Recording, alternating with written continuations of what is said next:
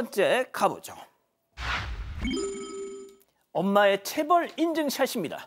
자, 오늘 SNS에서 내내 논란이 되고 있는데요. 사진으로 만나보시죠.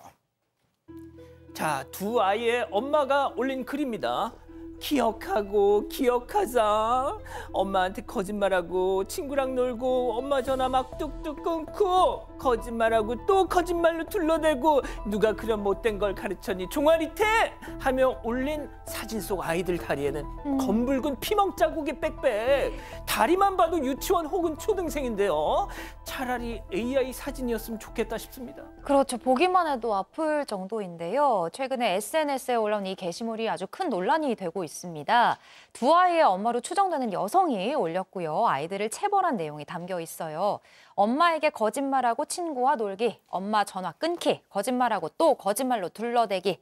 이런 글의 내용으로 봤을 때 아이들이 여성에게 한 행동에 대해서 체벌을 한 걸로 보입니다. 자, 이와 함께 여성은 사춘기 시작이라면 이렇게 몇 년을 가야 하는 거냐 자신이 없다면서 양육의 어려움을 함께 호소하기도 했는데요.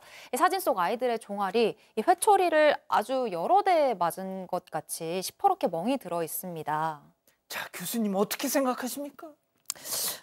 네. 일단 뭐 제 생각에 앞서서 누리꾼들의 생각 먼저 전해드리면 일단 뭐 아동 학대다라고 얘기하시는 분도 있고요. 아이한테 적당한 훈육이 필요할지라도 이렇게 사진을 찍어서 올리는 건 잘못됐다라는 얘기도 하셨어요. 그 논란이 일자 해당 게시물과 계정은 비공개로 전환된 상태라고 합니다. 저는 기본적으로 이런 식의 훈육은 반대를 합니다. 왜냐하면 장기적으로 봤을 때 별로 얻는 게 없다고 저는 생각을 하기 때문이에요. 그런데 이제 뭐 사랑의 매가 꼭 필요하다고 주장하시는 분들도 계시죠. 뭐 거기에 대해서 제가 무조건 아니다라고 뭐 무조건 주장하는 바는 아닌데 어쨌든 감정이 들어갔다면 그 매는 사랑의 매가 아닐 가능성이 높은데 감정을 완전히 배제하기가 또 어렵다는 어려움이 있어서 어쨌든 저의 입장은 그렇습니다. 박 변호사님, 네. 사랑의 매를 했다고 해도 안 되죠. 그걸 찍어서 올린다? 때리면 아동 학대고 자백 같은 상황이고요. 또 올리는 것도 문제고 저는 두 개 다 올리는 행위도 학대입니다. 때리는 것도 학대 행위고 올리는 것도 학대 행위. 만약에 그 자녀가 특정이 된다 그러면 상당히 심각하고 몇십 년 전에 살았던 사람인가요? 누가 요새 애를 저렇게 때립니까? 이해할 수 없습니다. 좋습니다. 다음 이어가죠. 자, 위험천만 버스입니다. 도로에서 벌어진 위험천만한 버스들 첫 번째 영상 만나보시죠. 캄캄한 밤 도로를 쌩쌩 달리는 버스. 그런데 말이죠, 저 밑으로 내리니까 양손으로 휴대폰을 들고 휙휙 빠르게 화면 스크롤 아래로 이거 눌렀다가 저거 봤다가 버스는 그런데 그 와중에 계속 저 쌩 달리는 것 좀 보세요. 내 거친 운전과 불안한 눈빛과 그걸 지켜보는 승객. 사실은 이게 좀 전에 전전역에서 내려야 될 사람이었는데 다 내렸어요. 근데 사실 이 제보자 혼자 남아 있으니까 물어봤던 것 같아요. 종점까지 가셔야 되냐고, 중간에 내리지 않냐고 물어보니까 종점이 우리 집 근처고 그때까지 가겠다. 그럼 차고지가 중간인데 끝까지 가야 되냐고, 끝까지 가야 된다고 당연히 그렇게 얘기를 하니까 한숨을 푹 쉬었다 그래요. 버스 기사가. 이러더만 갑자기 휴대전화를 꺼내서 그때부터 유튜브 시청을 합니다. 저렇게 시청을 하면서 운전을 하고 과속 운전을 하고 상당히 제보자 입장에서는 혼자 타고 있잖아요, 저 버스에. 두 정거장 더 가야 되는데 상당히 무섭기도 하고 혹시 중간에 안 내리고 끝까지 가서 일부러 이러는 거 아니냐 이런 생각도 했다고 합니다. 예. 자, 두 번째 제보 영상 만나보시죠. 영차 건장한 남성들이 힘을 모아서 공항버스를 밀고 있는데요. 자, 그런데 이곳은 고속도로 한복판. 뒤에선 도로 순찰차가 서행 중입니다. 아니 도대체 한밤중에 이게 무슨 일일까요? 2차 사고 위험도 있을 것 같습니다. 예, 그렇습니다. 어젯밤 인천공항에서 서울로 향하던 공항버스에서 발생한 일인데요. 고속도로 한복판에서 갑자기 버스 안에서 탄 냄새가 난다고 멈춰서더니 버스 기사가 혼자 버스에서 내려서 10분간 승객에게 아무 얘기를 하지 않고 있었습니다. 그래서 이제 제보자가 버스에서 내려가 어떤 상황이냐라고 묻자 현장에 있던 고속도로 순찰 대원이 제보자에게 이 버스가 도로에 서 있는 게 위험하니까 영상에서 보시는 것처럼 승객들이 좀 버스를 밀어달라 이렇게 요청을 했던 겁니다. 아이고야. 자, 승객 8명에서 9명이 약 50m가량 버스를 밀어서 졸음센터까지 옮겼다고 하는데요. 버스가 멈춘 지 1시간 만에 대체 버스가 왔고 승객 일부는 버스를 타고 이동을 했습니다. 나머지 승객들은 2시간 30분가량 기다리다가 결국 택시로 이동을 했는데요. 자, 이 제보자 생각해보니까 이거 굉장히 좀 위험했던 상황이었던 것 같다라고 밝혔고 공항버스 요금과 택시비 보상에 대해서 아직도 제대로 안내받지 못했다고 밝혔습니다. 예, 좋습니다. 다음 이어가죠. 자, 반점인 줄 알았는데 점점점. 자, 충격적인 영상 만나보시죠. 자, 윤기가 좔좔 보기만 해도 고소한 겨울 제철 과메기 한 상.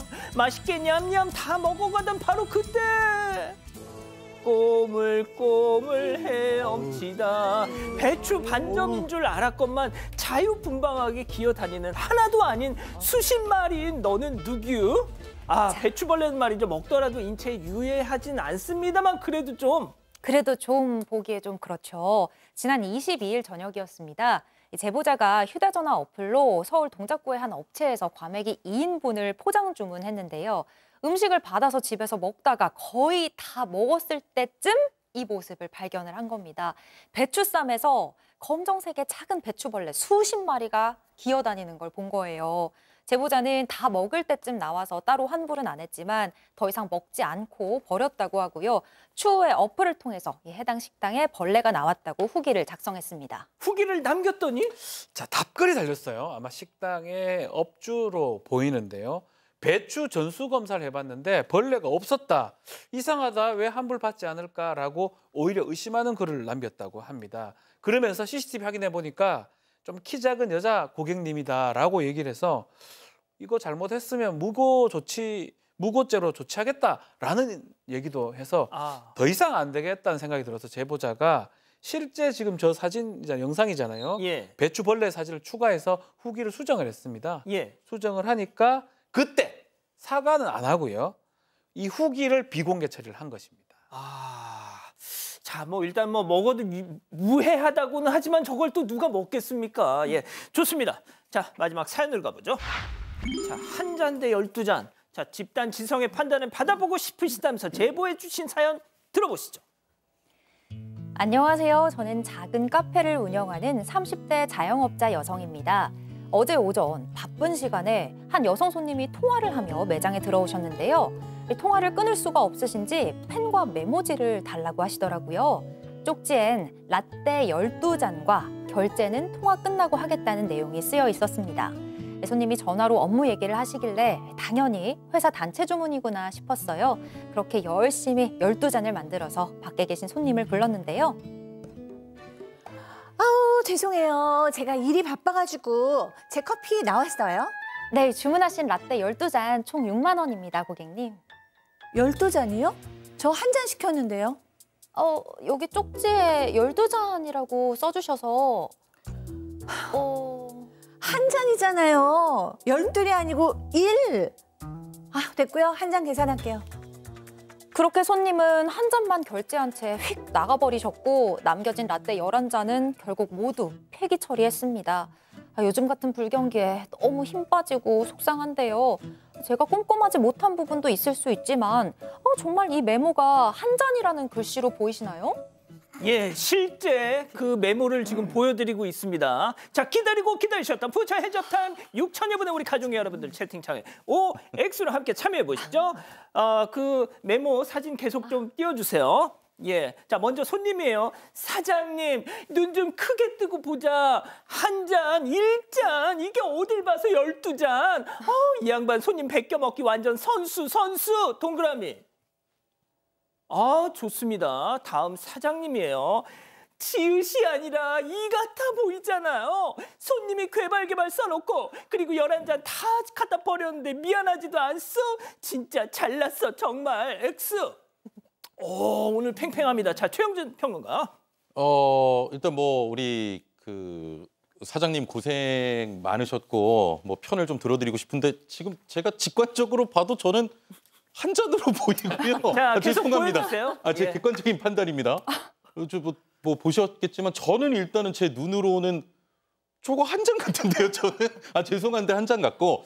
자, 그리고요. 만약에 조금 애매하다라고 하면 이거는 저 손님 편을 드는 것은 아닌데, 그러니까 사장님 입장에서 저 글씨가 좀 애매하다라고 생각했으면 확인을 좀 해보는 절차가 있어야 되지 않느냐, 저는 이렇게 생각합니다. 박 변호사님. 매우 아쉽습니다. 저도 한 잔으로 보여요.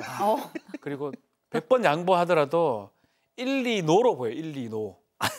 한 잔 아니면 1, 2노. 그럼 그것도 뒤에도 노죠. 노인가요? 저거 너인가요? 예. 12잔이 될 수는 없어 보이거든요. 앞만 봐도. 제 눈에는 그래 보입니다. 예. 마찬가지입니다. 확인을 해야 돼요. 한 분이 와서 12잔을 시킬 가능성보다는 한 번 더 확인을 했었으면, 저도 사장님 너무 안타깝지만 저도 이 계약이 한 잔으로 보이거든요, 저는. 자, 교수님. 아, 네. 뭐 12잔으로 보이지는 않아요. 그런데 또 그냥 한 잔으로 딱히 보이는 것도 아니고 약간 헷갈릴 수 있거든요. 그러니까 사장님 보시기에는 그냥 일리만 이렇게 딱 보였을 수도 있어요. 근데 어쨌든 뭐 누구 잘못을 떠나서 어쨌든 손님도 정식으로 주문을 한 게 아니고 막 전화하면서 너무 정신없게 주문을 하셨잖아요. 그러면 작은 가게의 사장님이 이렇게 당황해하고 12잔이나 쭈르륵 있으면 한 3-4잔이라도 좀 이렇게 가지고 가서 좀 누구라도 좀 주시거나 아니면 거기서 파는 빵이라도 좀 사시거나. 그래서 사장님 너무 속상하신 마음을 조금 달래주셨으면 어떨까 하는 생각이 듭니다. 빵도 샀더라면. 자, 김하나 아나운서. 네, 저도 이렇게 너무 휙 나가버리신 게 조금 이렇게 한 잔이었더라도 사장님의 속상한 마음을 알아주셨으면 좋을 것 같아서 그렇게 답변을 했고요. 저희 가족분들은 대부분의 가족분들께서 한 잔으로 보인다고 말씀을 해주셨는데, 그중에 123잔도 나왔고요. 125잔도 나왔고요. 그렇지만